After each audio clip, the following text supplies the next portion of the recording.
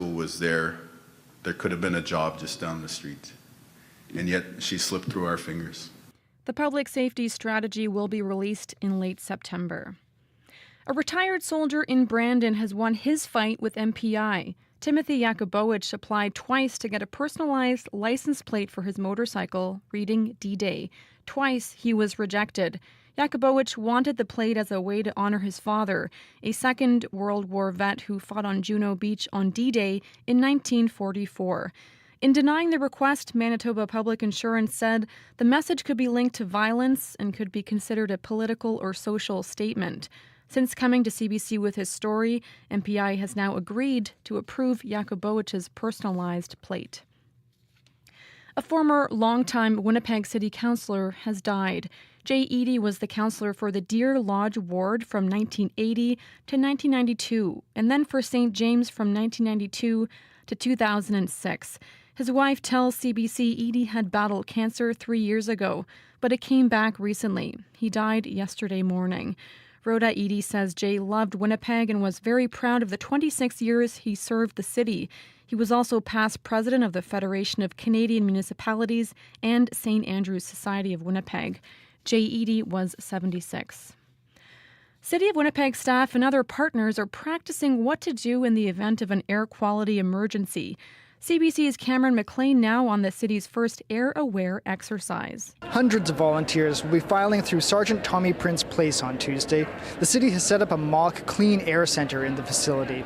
Staff from the city's emergency management organization and the Canadian Red Cross are among those participating. They are greeting arrivals, registering them, assessing their health, and providing food services as part of the simulation. The city has never set up a clean air centre before. This is meant to give them practice ahead of this year's wildfire season. Cameron McLean, CBC News, Winnipeg. Edmonton police say a suspect in 3 drive-by shootings is now believed to be in India. We know who he is, and fleeing to another country will not stop us from attempting to locate him. They have issued an arrest warrant for 19-year-old Arjun Sanan. Police say shots were fired at homes in Edmonton and Winnipeg last winter, barely missing the occupants. In 2 cases, homeowners had been extorted and threatened prior to the shooting. Police believe the third home was targeted in error. The International Court of Justice has ruled against issuing emergency orders to stop German arms exports to Israel. The case against Germany has been brought by Nicaragua, whose government argued there was a serious risk of genocide in Gaza. The court remains deeply concerned about the catastrophic living conditions of the Palestinians in the Gaza Strip. Despite that, the court found Nicaragua's arguments in favor of emergency measures were insufficient. The judges, however, refused to toss the case entirely, so Nicaragua can argue it again later. Donald Trump has been found to be in contempt of court by the judge presiding over his hush money trial in New York. The judge has fined Trump $9,000 for violating the court's gag order, and he has been barred from making public statements about witnesses, jurors, and others connected to the case. Trump has also been warned by the judge that he will be jailed if he continues to violate the order. Statistics Canada is out with its latest update on the state of the economy, and it shows the country's GDP moved slightly higher in February, increasing by 0.2%. Peter Armstrong has more. This is, once again, the story of an economy keeping its head ever so slightly above the water. Economists had thought they'd see a 0.4% gain. GDP in February came in well below that, but still eked out a small gain. And we also got the advance estimate for March. Now, this is just an estimate, and it will be subject to revisions, but it gives us the first picture of the full first quarter of this year. So it takes on an added importance. And you add them all together, and we have 0.5% in January, 0.2% in February, and StatCan says GDP was unchanged in March. So that's a better than many had expected strong first quarter. And yet it's also not really the sign of a booming economy either. If anything, it really does sort of thread the needle the Bank of Canada was looking for. Peter Armstrong, CBC News, Toronto. And that is the CBC News from Winnipeg.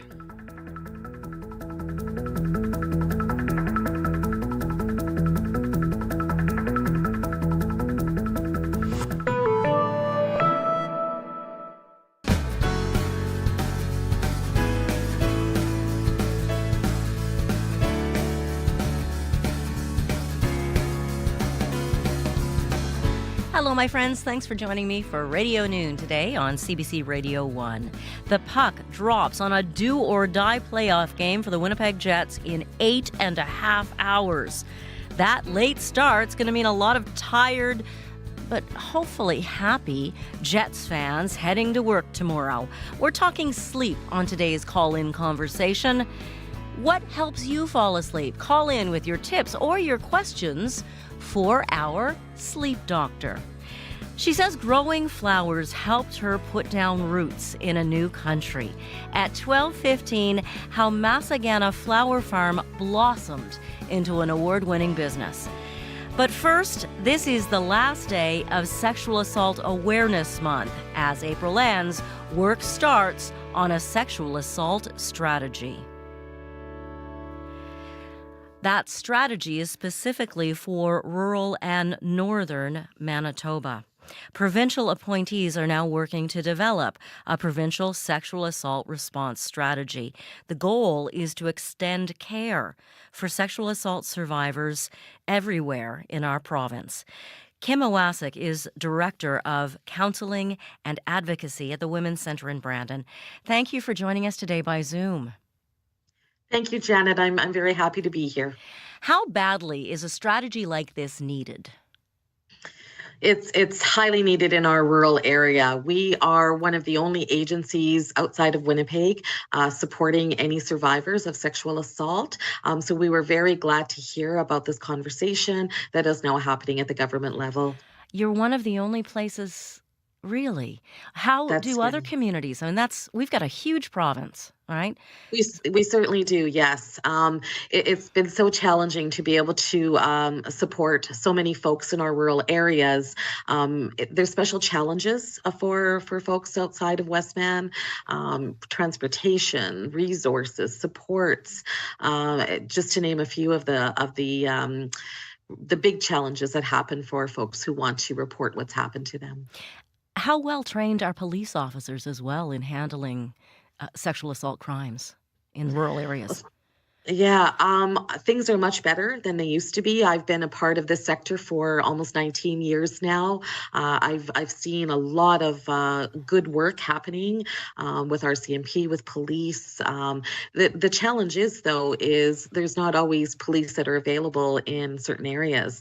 You know, when a 911 call is made, sometimes the travel time between detachments is more than an hour. So needing responses quicker is very important. And especially when it comes to gathering evidence in a case like this, I suppose.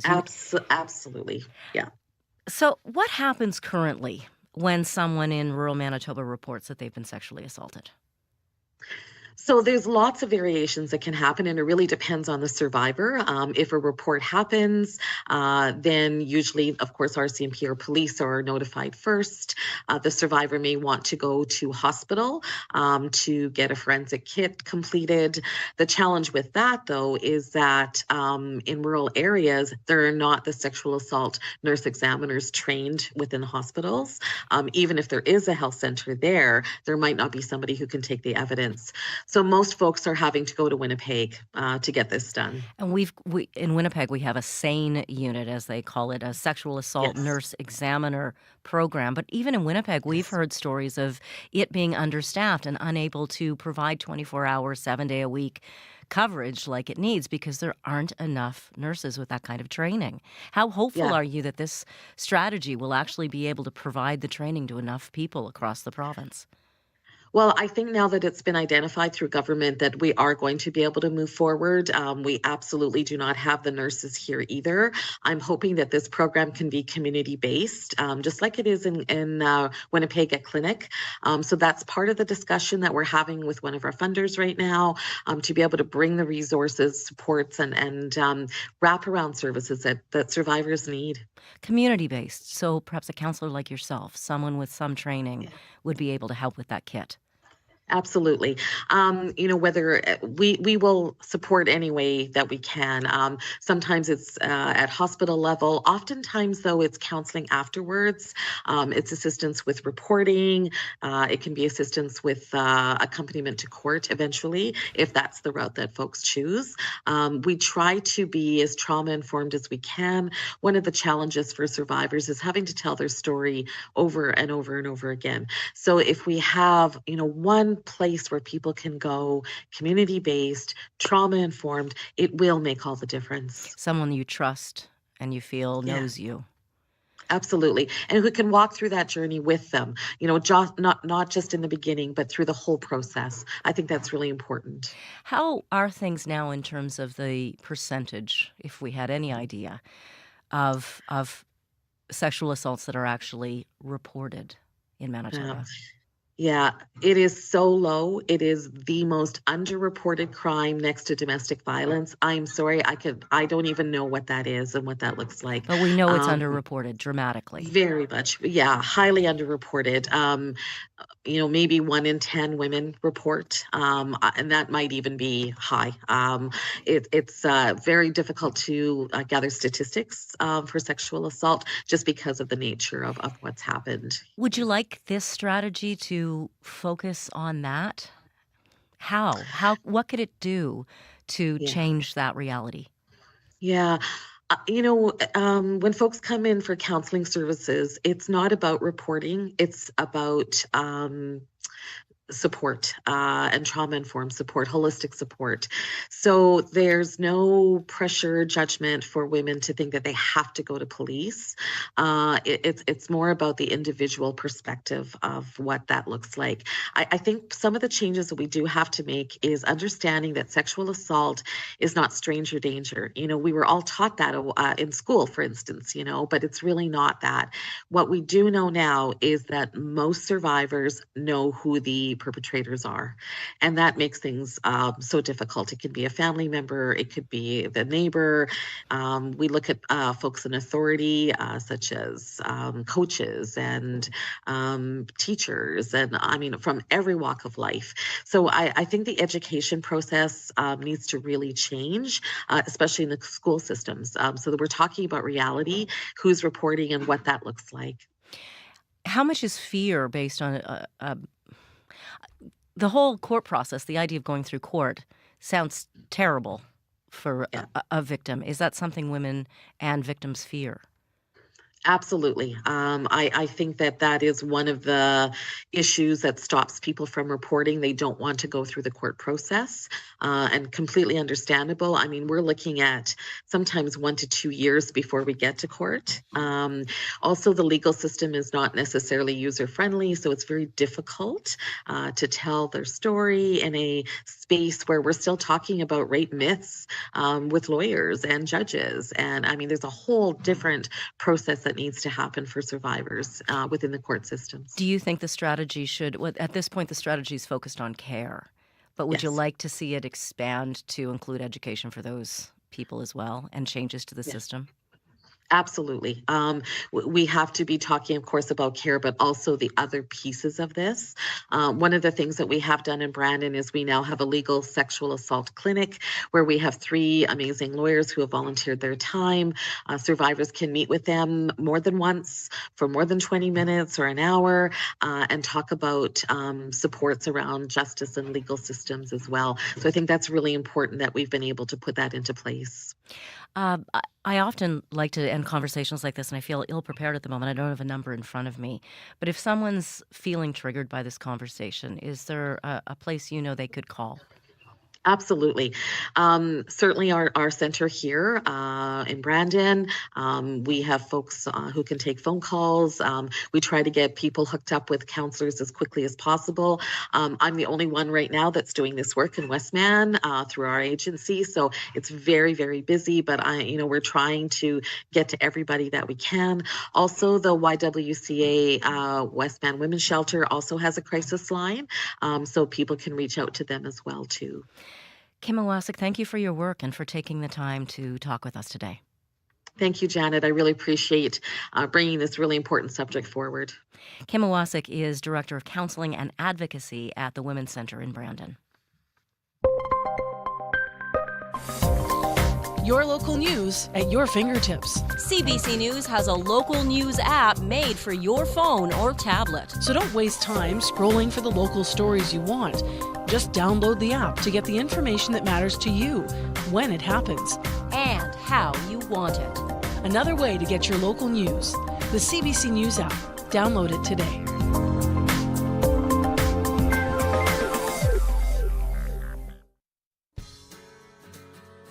It is 12:16 and 21 seconds. Thank you for joining us on Radio Noon. Still ahead, we're going to talk about that old expression. You've likely heard it. Bloom where you're planted. Well, that's certainly what Lourdes Still has done. Up next, the award-winning entrepreneur explains why learning that she could grow indigo in Manitoba changed everything. Then at 12:30, we'll open our live lines for a conversation about sleep. Does sleep come easily to you? Do you struggle to get enough rest? The former executive director of the Sleep Disorder Center will join us to answer your questions. If you're wondering about the weather today, well, we've got a system moving through that's going to bring moisture to much of the province. Right now, there's light drizzle falling in Barron's River at the airport. At Gillam, you're seeing light snow. Island Lake's got cloud. Portage is mostly cloudy. Dooley Lake and the Paw are lucky ones with sunny breaks. In Winnipeg, it's a partly cloudy day right now. Same in Thompson and in Flin Flon. We're sitting at a temperature of 13 degrees being our high that we're aiming for. Riley Lachuk is watching the current conditions and the provincial forecast for us. And he'll join us after the 12:30 news with a full look at your forecast.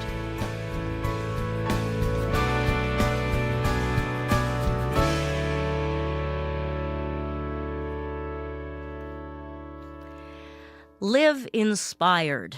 That's a phrase you'll see at the end of emails from Lourdes Still.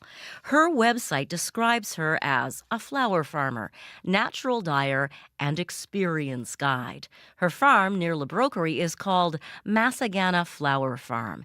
The experience she guides takes visitors through something called Tinta. That's the name of that experience. The farm and its experiential tour have become Manitoba Travel Manitoba, rather. Travel Manitoba's 2024 Small Business of the Year. Lourdes Still joins us now by Zoom. Thanks for being with us, Lourdes. Nice to see you. Yeah, thanks so much for having me, Janet. What does the validation of having won this award mean to you from Travel Manitoba? Oh, wow. Coming from a really slow winter, and I think just like any other small businesses, we've been really feeling the pinch. So I guess coming into spring with this award has been validating and also I don't know, hopeful of really sunnier days to come in terms of running a business. Yeah. Your love of flowers first grew in the Philippines before you moved to Canada. What have you learned through growing flowers here in Canada, in Manitoba? Yeah, you know what? Actually, my parents were avid gardeners. When they first got their first house, they have a small plot. I was just an spectator. And then when I moved to Canada, I don't know, I started dabbling in it. My first garden is in my balcony in my downtown Winnipeg area, and I quickly learned about frost dates and all that. So there was a lot of trial and error. I killed a lot of plants, and eventually getting a job as a flower buyer is actually what opened my world into the world of flowers and where they are coming from, especially for us here in a cold climate in Canada. Because in the Philippines, I think it was very present year round that I didn't really think twice on who are growing them and how do you start them. But yeah, living in Canada, getting that job as a flower buyer opened my world into, the world of flowers. From flower buyer to a farm where you moved with your husband and a pick your own flower farm, a you pick flower farm, correct? Mhm. Yeah, so I focus on the experiential tourism, like offering where, aside from picking flowers from the garden, I guide people. That's why I call myself an experience guide, to design their own silk scarf, to lay botanicals on their textile and design their own silk scarf. So my background here, it's alternating. Some of them are indigo dyed, and then the white ones that have kind of like bright colors are eco-printed with the flowers that my guests pick from the garden. That's amazing. Tell me about this. I wrote something in our promo that said when you learned you could grow indigo in Manitoba, it kind of changed everything. Yeah, it was wow, it was mind-boggling for me because I know of indigo in a way, coloring our jeans, but like learning from a fiber farm who just like north of me, and because they raise the sheep and then color, the yarns from the sheep with the plants that they grow. And yeah, I learned from them that we can grow indigo. It changed everything in a way that maybe I could still run year round with the flower farm, but I have to diversify and include natural dyeing. So that was in 2019, and slowly I focused on that, and which became now the Tinta experience. So what happens when a visitor goes to your farm for the Tinta experience? Yeah, so it is a very like embodied space and very intentional. So I actually start with with an introduction circle among my guests, and then we do a little bit like meditation in the garden, and then I show them, the possibilities of the colors that they can get from the flowers that they will pick in the garden, and then we do that. Pick to their heart's content. Usually they fill the basket that I provided, and then we go back to the studio, and everyone just like excitedly, placing the flowers into their silk scarf, and then we steam it, and then while waiting, we take a snack, and then I introduce them to indigo dye, which is part of the full Tinta experience, and then they learn different resist pattern, kind of like just like what you're wearing. I noticed that you're wearing a tie-dye shirt. So I show them how to make this pattern, and then we dip it, and then so each guest will get to make 2 pieces, and then at the end we do the opening of their pieces. They're usually bundle dyed, with resist, and just the ooh ah of like people seeing what they created with their own hands. What does that do to your soul? And when people go ooh and have so much fun at your farm? It was very fulfilling, I think satisfying. I mean, I've hosted hundreds of people now, but it doesn't get old for me. And I think people realize that, they can really make something, with their own hands and with natural dyes, and then the possibility of colors that they can get from flowers that they may be already growing at their garden, just like marigold, for example. And validating. And I feel like, just like a guide there, helping people let nature lead them in nurturing their creative selves. Lourdes Still, thank you so much for joining us today, and best of luck with everything to do with the farm and Tinta experience. Thank you so much, Janet. Lourdes Still runs Masagana Flower Farm and Studio near La Broquerie. There are many people who bring success, innovation, accomplishment, and charity to our community. We'd like you to help us meet some of the best. CBC Future 40 will honor 10 Manitobans under 40 making a difference. Help us discover the inspiring people in our province by nominating a shining star in your community today. For details, visit cbc.ca/future40mb. While Mariel Buckley's address is in Calgary, she feels more at home on the road. The singer-songwriter has thousands of miles and kilometers under her belt, and she isn't stopping anytime soon. From Mariel Buckley, this is Shooting at the Moon.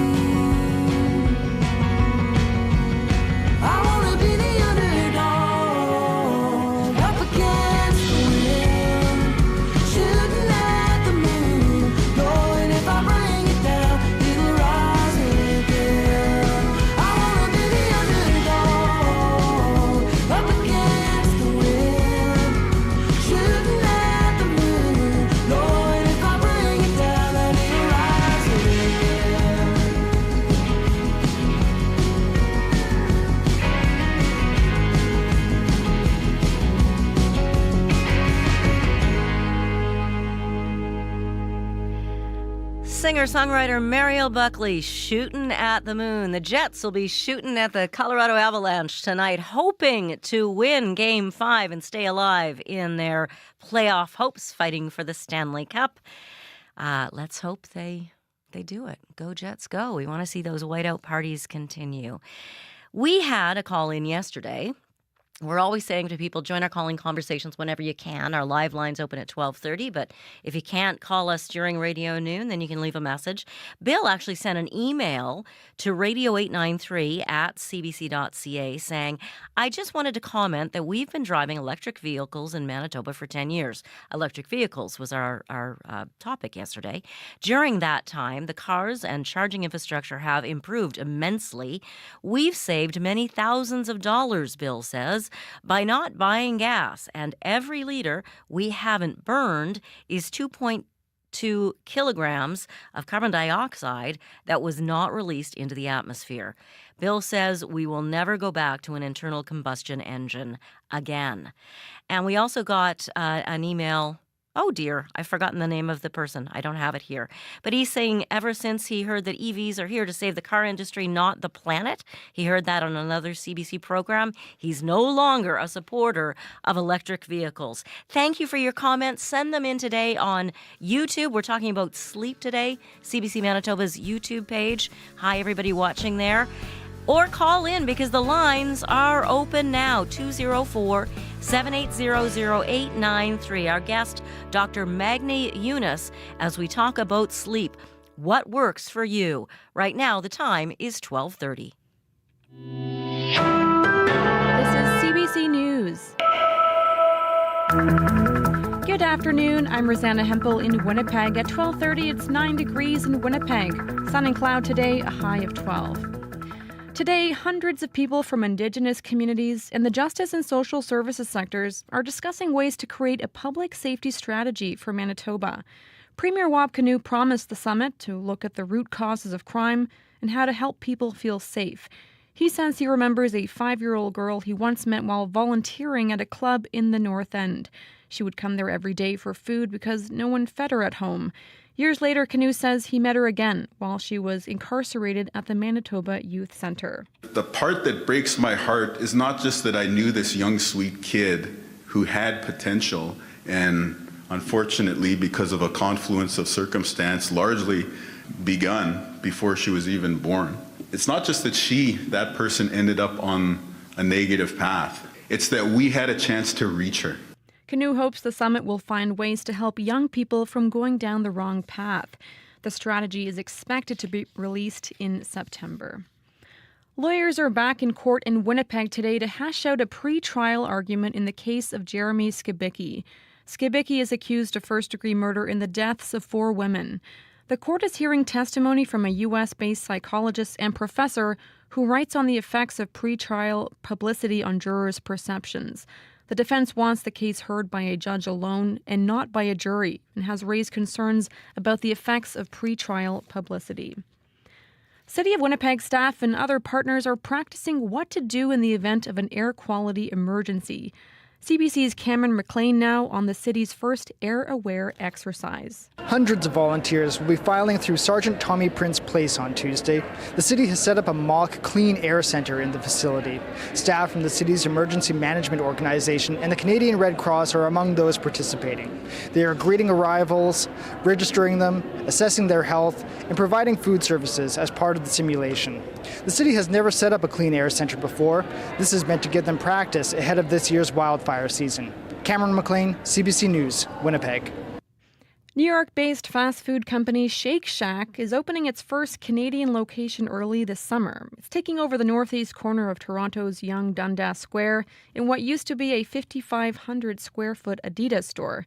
Business director Billy Richmond says the chain plans to open 35 Canadian locations by 2035, and it will sell classic Shake Shack menu items like burgers, crinkle-cut fries, and hand-spun milkshakes. That is the CBC News from Winnipeg. So, Rosanna Hempel, do you want one to come to Manitoba? Are you thinking a Shake Shack in Winnipeg would be a good thing? Well, we already have a lot of good local options, I think, but it sounds like it could be popular for sure. Shake Shack. And that was an excellent answer, by the way. That was very good. The local businesses will be happy to hear of your support. Thanks very much. You're welcome. Riley Lachuk joins us now in the studio. Shake Shack, Riley? I'm also on the local gang.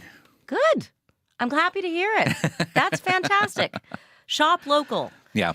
And watch for raindrops, I suppose. Watch for some raindrops today. Yes, I know that we're in for a little bit of a soggy week here across southern Manitoba, even parts of the north, maybe even picking up a few snowflakes as we head through the week. So looking at temperatures right now, it's Brandon and Winnipeg and Portage all at 9 degrees this hour, 12 in Dauphin, 7 in Thompson, Victoria Beach and Gimli just at 1 degree this afternoon, or at the moment. A little bit of cooler conditions there with some of the wind off the lake, cooling temperatures down a little bit through the Interlake region and east of Lake Winnipeg as we head through the afternoon. So mainly sunny right now. We are starting to see the leading edge of the rain starting to push into southern and southeastern Saskatchewan, along with some cloud that will start to build into Manitoba as we head through the afternoon hours today. So expect a mainly sunny afternoon for the most part.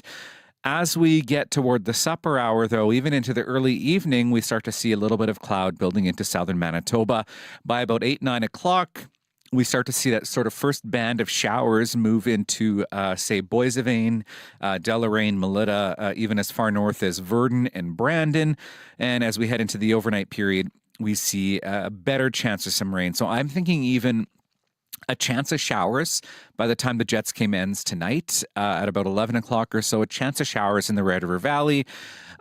Best chance for showers, though, comes as we get into the overnight period into early morning Wednesday. That's when we see periods of rain rolling through Manitoba throughout the day tomorrow through the south. Areas like the Duck and Riding Mountains into northern Manitoba could see a few snowflakes, temperature dependent, of course, as we head into the day. And yes, periods of rain on and off as we head through Wednesday and into Thursday. So looking at rainfall projections, 48 hours out from now, we're looking at about 2 to 5 millimeters generally across the Red River Valley. Could see some higher pockets, especially through the southeastern corner of the province and extreme western Manitoba. But more rain coming as we head into the day on Friday and perhaps even into early Saturday. So snowfall, maybe a couple of centimeters across northern Manitoba. Of course, temperature dependent once again.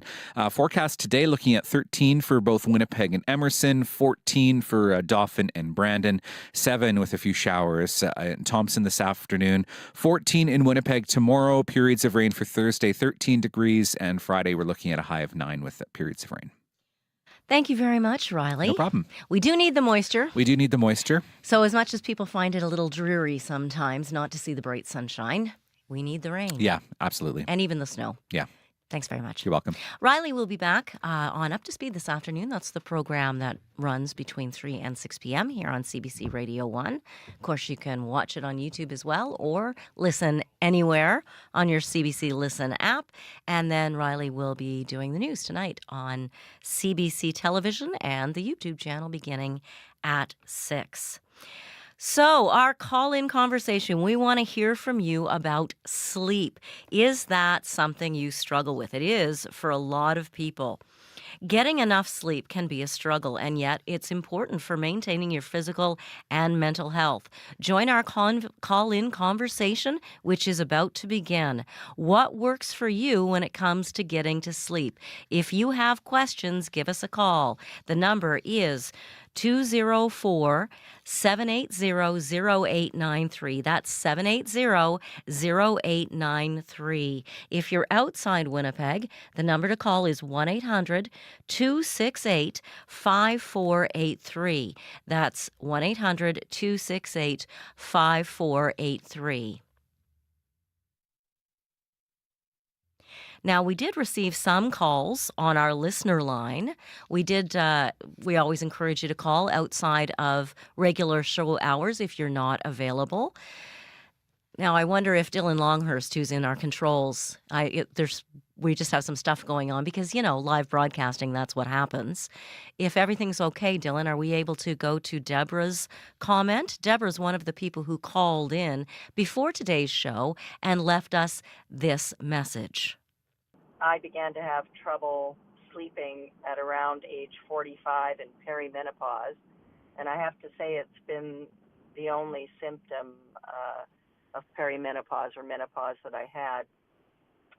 And now at 67, I still have sleeping challenges. That was Deborah who phoned in before today's show. We want to hear from you. I've heard from a lot of different women that things changed when they hit perimenopause and menopause, and sleep is one of the things that changed. Many older women have told me, yeah, you'll never sleep again. Well, I hope that's not true. Call in and let us know. Has that been your experience? Of course, you've slept again, but maybe not in a solid, steady way like you used to when you were younger. 204-780-0893 is the number to call. And if you're outside Winnipeg, toll free, the number is 1-800-268-5483. Dr. Magda Yunus is Distinguished Professor Emeritus at the University of Manitoba and the former Executive Director of the Sleep Lab. He joins us now. Dr. Yunus, thank you so much for being with us. Thank you.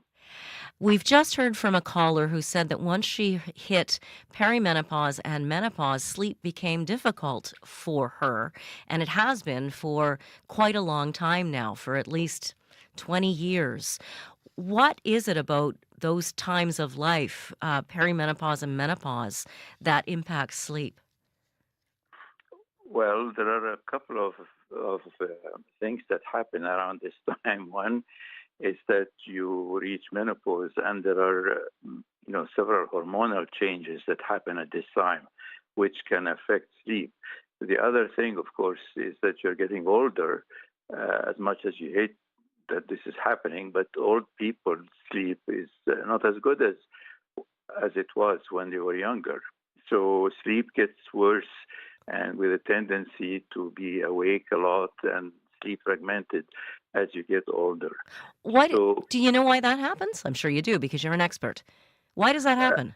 No, we don't happen. We just document that. We know that sleep quality is poorer in older people, not in every old person, but on average, if you look at the sleep of a 70 or 80-year-old person, it's really not as good at all as a 40-year or a 45-year.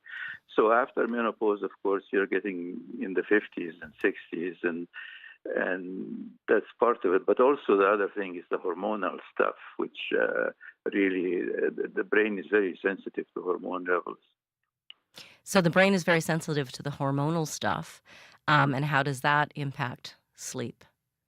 It keeps your brain running, thinking of different things, or is that because of night sweats? What did you mean by that, sir?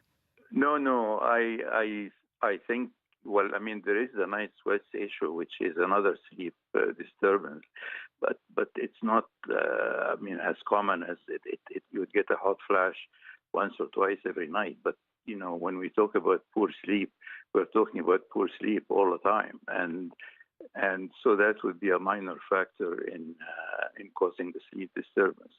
It's just that sleep, like for example, melatonin is a hormone, and melatonin promotes sleep, and so just like melatonin, hormones of different kinds, thyroid hormones affect sleep. If you have too much thyroid hormone, you tend to be more likely to get insomnia. If you have low thyroid hormone, you tend to have more sleepy and deeper sleep.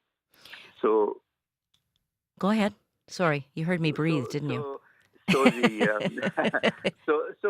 mean, the depth of sleep is a very complicated thing, which is determined by so many things. And steroids, for example, also affect the depth of sleep. So if you have a hyperarousal, too much cortisone hormones, the sleep becomes more fragmented and less deep. So the sex hormones are just like all other hormones. They affect the parts of the brain that determine depth of sleep.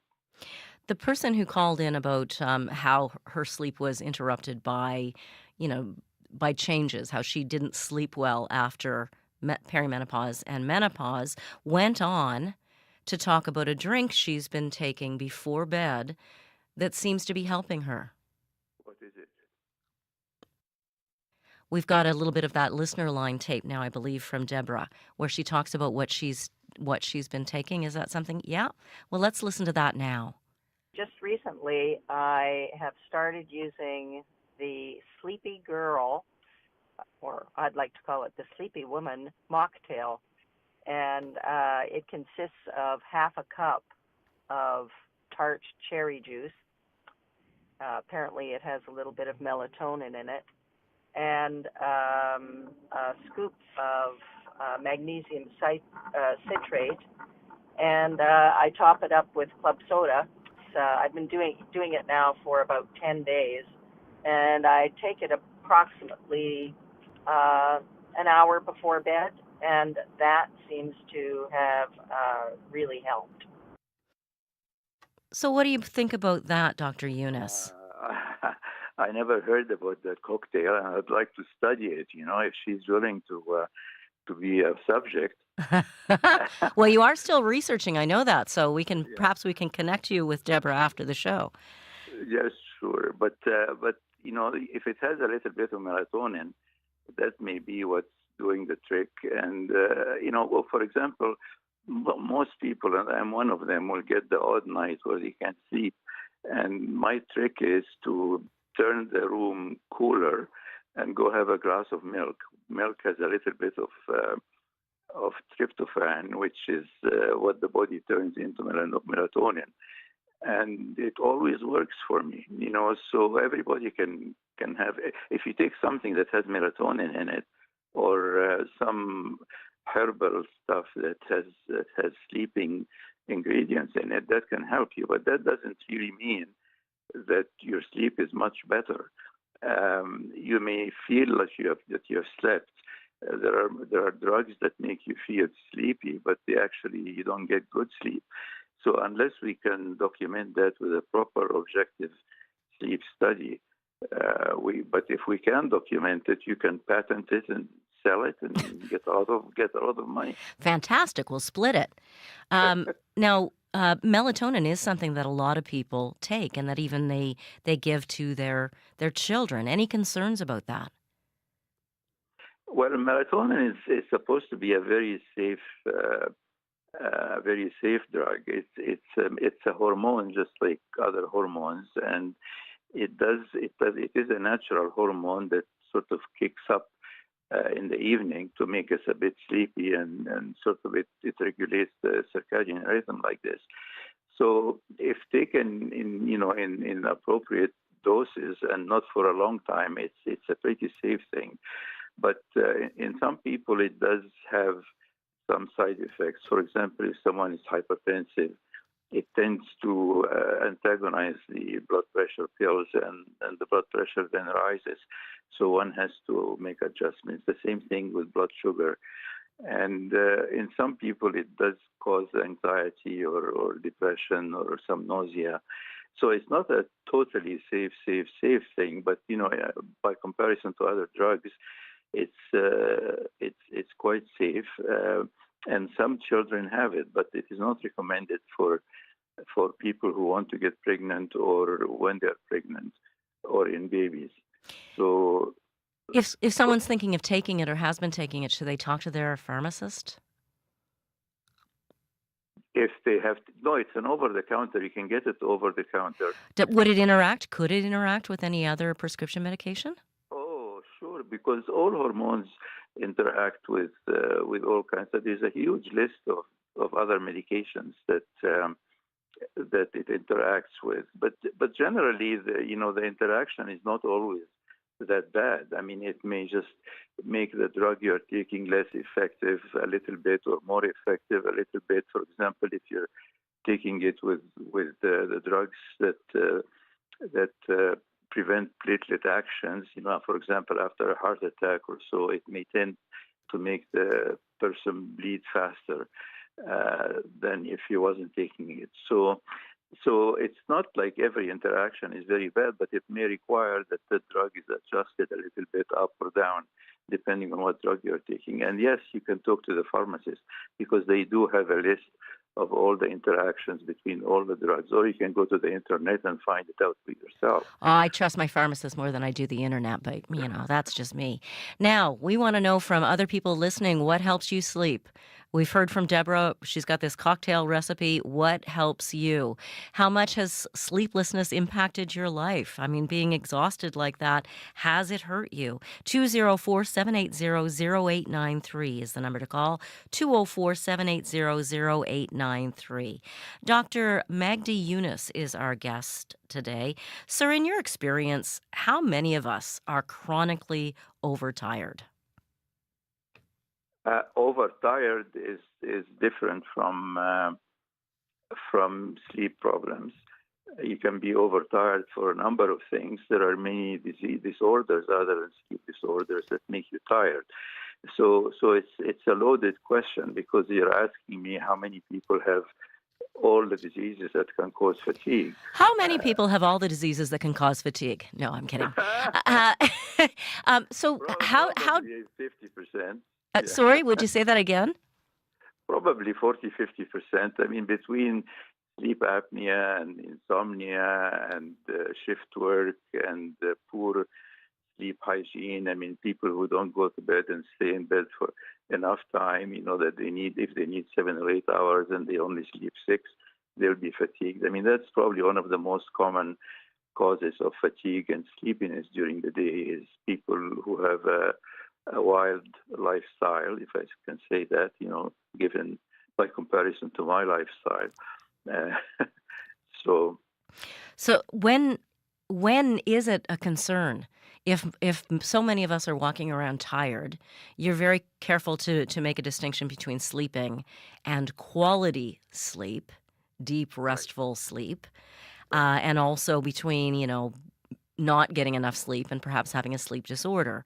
When do you go see your doctor about the issue? Okay, well, that's a very good question, because almost everybody goes through periods where his sleep is, or her sleep is not very good. Periods of stress, mourning, and so on. So the first thing that one has to ask himself or herself is this problem a chronic problem, or is it something that happens, occasionally and usually associated with something that is stressful? That is the first question. The second question is, does it affect your daytime function?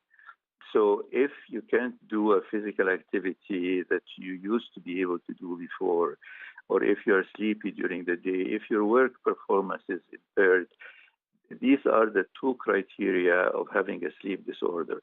One is the regularity of it, or the frequency of it, and usually the definition is if you have it more than 3 times a week, and then it is associated with some daytime impaired function. That's when you start worrying about sleep disorder. But if it is not like that, if it's something that happens occasionally, then it's sort of part of life, and you just have to do certain things to deal with it when you are under stress and so on. And there are many tricks. I actually would recommend to the audience a very, very good book called Why We Sleep by a scientist in California called Matthew Walker. You can actually get it from Amazon or any other book, and it's just a wonderful to read. He's quite a good scientist, but he knows how to communicate with lay people. So it is very, very useful to the general audience to tell them about how to deal with issues like this and why we sleep, and what can mess up our sleep, and so on. So yeah, it pretty much answers all the questions that people would generally have. We have a question for you, sir, that just came in. We have Mr. Watson on line 1. Hello, Mr. Watson. How are you today? Thank you for calling Radio Noon. Are you there, sir? Listen to it, and it's great to have an opportunity to talk on it. Thank you so much for calling. And I'd like to say hello to the doctor also. Nobody's ignoring you, sir. Thank you. So the question I have is about magnesium. Like at Shoppers, they have by Weber this melatonin with magnesium. Is that more powerful than just melatonin by itself, or does it make no difference? Like the lady said in her cocktail, she used magnesium citrate. Like, does magnesium help, or does it make no difference? I am not really aware that magnesium per se has, improved sleep, but, I haven't been following that literature. So, like Janet would tell you, I'm already 85 years old and haven't been in practice for 25 years. So, maybe there's a new paper or something about this, which I'm not aware of. But I'm personally not aware that magnesium has an added value as proven by proper research. Okay, well that's my only question about the magnesium. Is it worth trying it, or is there evidence? Or as far as we know right now, it doesn't look like anybody said anything that it works or anything. No, but I mean it wouldn't hurt. I mean, something magnesium is just a normal mineral that we all have and we need. It's just like taking vitamin B or something. It's not going to kill you, but so it wouldn't hurt. If some people swear by it, maybe you should try it for a couple of days. I mean, but don't take my word for it. Don't take my word. But don't blame me if anything goes terribly wrong.